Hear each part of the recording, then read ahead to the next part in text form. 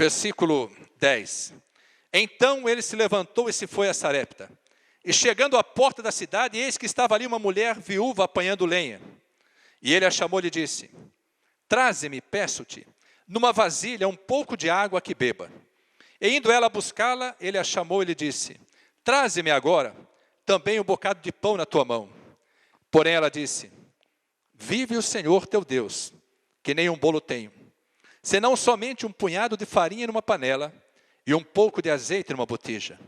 E vês aqui, apanhei 2 cavacos, e vou prepará-lo para mim e para o meu filho, para que o comamos e morramos. Amados, será que Deus conhece a sua despensa? Será que Deus conhece a situação da sua vida? Será que Deus conhece a situação da sua casa? Será que Deus conhece a situação do seu casamento? Será que Deus conhece a situação do seu trabalho, a situação do seu salário? Será que Deus conhece a situação da sua empresa? Será que Deus tem todo o conhecimento a respeito de todas as circunstâncias que permeiam a sua vida? Será que Deus sabe do que você precisa? Será que Deus sabe o que você tem e o que você não tem? Evidentemente que Deus sabe. Será que Deus, neste momento tão singular, tão precioso, será que Ele estava preocupado com a vida do profeta Elias? Será que os corvos tinham perdido a força? Será que não estava mais sendo produzida carne e pão em abundância para que Elias fosse sustentado? Será que os corvos já tinham ido até os limites estabelecidos por Deus para buscar os pães e as carnes? Será que Deus teria alguma dificuldade em sustentar o profeta Elias? Meu amado e minha amada, eu queria que você pudesse crer. Deus está olhando do alto, hoje, para a sua vida. Ele está olhando para a sua despensa. Ele está olhando para os seus projetos, para os seus planos. Ele está olhando para o seu trabalho. Ele conhece o seu salário e conhece também a sua fidelidade. Ele sabe se você o honra em obediência ou se você o desonra em desobediência. Ele conhece os desejos do seu coração. Ele apenas está esperando que você tome uma decisão em direção a Ele. Ele não está preocupado com as circunstâncias que possam estar te entristecendo, te afligindo. Sabe por quê, amados? Porque Ele é maior que as circunstâncias. Ele não está preocupado. Se você neste momento está pensando nos problemas que você vai enfrentar amanhã, Ele é maior que os seus problemas. Não existe impedimento para o operar de Deus. Não existe restrição ao seu poder, porque dele é todo o poder. Você crê nisso? Você crê que Deus hoje está olhando para a sua vida? Você crê que Deus está olhando para você, esteja onde você esteja fazendo o que você estiver fazendo, Deus sabe o que você precisa, você crê nisso? Tudo é possível ao que crê. Amados, nada passa desapercebido aos olhos do Senhor. Diz a palavra de Deus no Salmo 139, que Deus conhece o nosso assentar, o nosso levantar, de longe entende os nossos pensamentos, que ainda que qualquer palavra nasça nos nossos lábios, Ele já sabe o que vamos dizer. E diz que não há lugar no universo onde possamos nos esconder do seu Espírito. Diz o salmista, se nós estivermos nas trevas, Deus nos enxerga, porque para Ele, nas trevas, Deus nos enxerga, porque para Ele, as trevas e a luz são a mesma coisa. Se nós estivermos no mais profundo abismo, Ele estará conosco. Se estivermos nos lugares mais altos, certamente Ele estará conosco. O nosso Deus é Deus de perto, o nosso Deus é Deus de longe, o nosso Deus é Deus do vale, o nosso Deus é Deus dos montes, o nosso Deus é o Deus da abundância, mas também é o Deus da escassez. Quando a escassez bate à porta das nossas casas, quando a escassez bate à porta das nossas despensas, quando as circunstâncias contrárias começam a nos ameaçar, a nos afligir, Deus se levanta para nos abençoar e nos dá uma oportunidade de sermos obedientes para que Ele possa operar um milagre. Quer dizer para você, obediência é milagre em desenvolvimento. Você crê nisso? Deus não estava preocupado com a vida do profeta Elias, Ele não estava preocupado. Se os corvos tivessem se cansado, Ele mandava as águias servi-lo. Se ele quisesse comer alguma coisa diferente, Deus mandava os leões caçarem os servos, os bezerros mais apetitosos lá e prepará-los para que Elias pudesse comer. Mas Deus, na sua infinita graça e misericórdia, olhou do alto e visitou a despensa daquela viúva. Ela e o seu filho estavam ali prestes a comer a última refeição da sua vida. E Deus, amados, quando Ele quer interferir nas nossas vidas, para mudar a história das nossas vidas, Ele não retarda. Deus jamais se atrasa. Jamais se atrasa. Deus age sempre na hora certa. Nós é que muitas vezes temos por retardadas ou tardias as promessas ou o agir de Deus. Deus disse para Elias, vai lá, porque eu já ordenei a uma mulher viúva que te sustente. Ela ainda veio e tentou comover o coração de Elias, dizendo assim, vive o Senhor teu Deus, que eu não tenho mais nada em casa, a não ser um restinho de azeite na botija e um restinho de farinha na panela. Está vendo? Estou aqui preparando, catando lenha aqui, pegando lenha para fazer o fogo e preparar a última refeição da minha vida, para que eu e meu filho comamos e morramos. Amados, muitas vezes os servos de Deus, eles parecem inflexíveis. Parecem inflexíveis.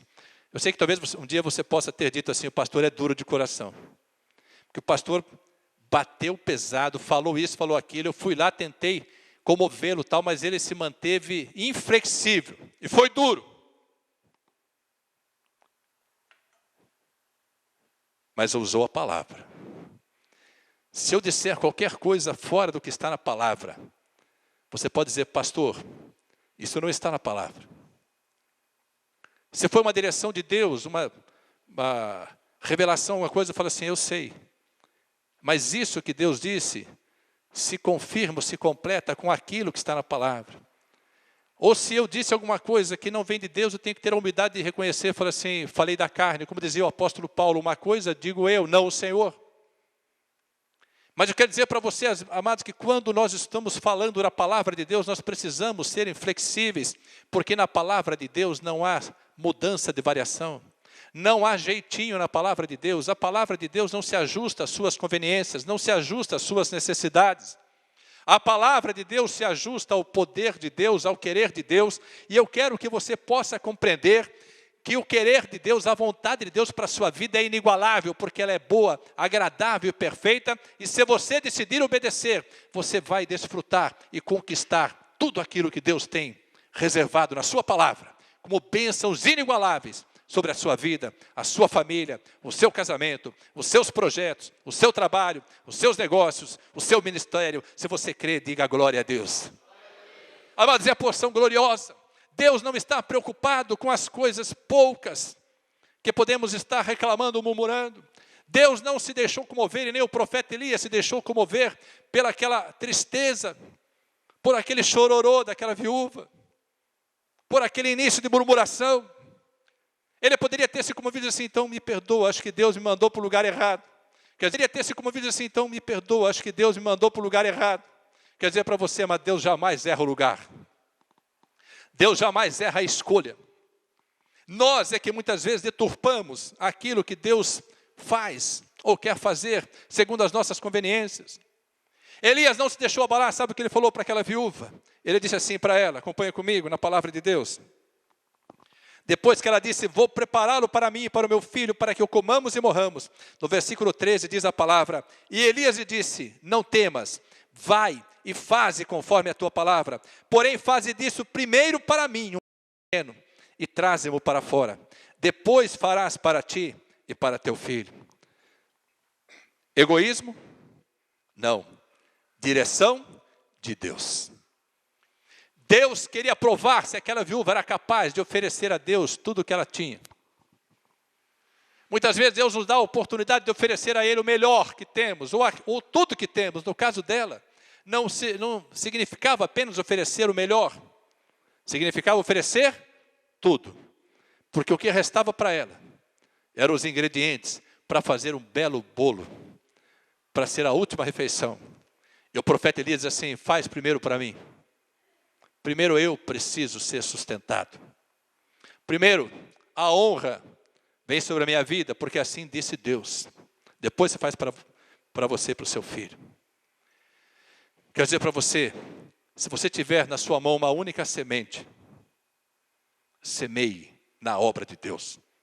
Se você tiver um único talento, semeie na obra de Deus. Se você tiver uma única decisão, decida segundo a palavra de Deus. Se você tiver duas escolhas, eu quero dizer para você, escolha a mesma escolha que fez Josué. Escolha servir ao Senhor, porque onde há obediência, os milagres se desenvolvem. Onde há obediência, há recompensa. Onde há obediência, os frutos se multiplicam. Elias não foi egoísta. Ele foi obediente à visão de Deus. Amado, ser obediente à visão de Deus muda a história das nossas vidas. Nós não precisamos, ministros da palavra, amados filhos do Deus Altíssimo, servos do Senhor, vocês não precisam estar preocupados em agradar as pessoas do mundo. Vocês não precisam estar preocupados em fazer média com as pessoas do mundo. Vocês devem honrá-las, amá-las, aceitá-las como elas são, sem se deixar contaminar. Vocês devem, no entanto, acima de tudo, agradar a Deus. E deixa que Deus vai quebrantando os corações endurecidos, para que você possa receber honra onde você está, seja na sua casa, no seu casamento, no seu trabalho, no seu negócio, onde você pisar com a planta dos pés ou tocar com a palma das mãos, Deus vai transformar as circunstâncias em seu favor, se você tomar a decisão de simplesmente obedecer. Quando nós obedecemos, os milagres acontecem, diz a palavra de Deus. Porque diz a palavra, versículo 14. Porque assim diz o Senhor Deus de Israel. Leia comigo agora e creia nessa porção. A farinha da panela não se acabará, e o azeite da botija não faltará, até o dia em que o Senhor dê chuva sobre a terra. E foi ela, e fez conforme a palavra de Elias. E assim comeu ela, e ele, e a sua casa, muitos dias. Da panela a farinha não se acabou, e da botija o azeite não faltou, conforme a palavra do Senhor, que falara pelo ministério de Elias. Obedecer é vitória. Obedecer traz multiplicação. Obedecer traz recompensa. Você não precisa ficar em dúvida. Se você estiver com dúvida, pergunte a quem conhece a palavra. Pergunte a quem conhece a direção que Deus estabelece na palavra, para que você não caminhe em dúvida, nem hesite na hora de tomar a decisão. Você quer mudar a história da sua vida? E se você quer mudar a história da sua vida, e hoje você quer tomar uma decisão de servo, ser servo, amados, é muito mais do que ter compromisso com a igreja, é ter compromisso com o Senhor da igreja. Deus não se alegra dos que estão na igreja apenas porque estão aqui para fazer número, ou estão aqui por um convite, um compromisso social, religioso. Deus se alegra dos que estão na igreja e vem aqui pelo compromisso com o Senhor, para desenvolver esse compromisso e se alegrar nesse compromisso, porque uma coisa é estar na igreja, outra coisa é servir a Deus com alegria. O Salmo 100, versículo 2 diz assim: servi ao Senhor com alegria, apresentai-vos a Ele com cânticos. Não apenas se alegrar, mas cantar, louvar a Deus, glorificando-o pelas porções benditas. Há uma porção bendita sobre a sua vida. Quando você decide obedecer, significa inclusive você abrir mão das suas prioridades, para permitir que Deus interrompa a sua agenda quando Ele decidir. Isso é ser servo. Deus interromper a sua agenda quando Ele decidir. Não é você colocar lá, eu vou ver se eu consigo aqui abrir um espaço na minha agenda para Deus. Imagine se Deus resolvesse não abrir espaço na agenda dele para você. Quando você fosse orar, buscar a face dele e os céus se fechassem, a terra não produzisse, a figueira não florescesse. Imagine se Deus resolvesse retribuir-lhe segundo as prioridades que você estabelece para ele. Imagine se Deus resolvesse dizer assim para você: ó, esse fim de semana eu não quero abençoar, nem vou renovar as minhas misericórdias. Hoje eu vou ser igualzinho a você. Sabe o que diz a palavra de Deus? Que se Deus um dia fizesse isso, você no mesmo instante seria consumido. Se Deus resolvesse dormir um pouquinho, descansar um pouquinho, deixar de ser Deus, você seria aniquilado, diz a palavra de Deus. Se Deus resolvesse fechar um pouquinho o balão de oxigênio, lhe faltaria o ar e você morreria. Se Deus decidisse não olhar para a sua vida e não intervir, quando restasse só um pouquinho de azeite, um pouquinho de farinha, você iria comer de fato a sua última refeição. Mas porque Deus ama a sua vida, Ele quer continuar a fazer na sua vida, Ele quer continuar a realizar na sua vida muito mais do que realizou até hoje. Você crê nisso? Você quer hoje dizer assim: Senhor, eu quero viver a porção de servo? Só os que quiserem ter essa posição fiquem em pé na presença do Deus Altíssimo.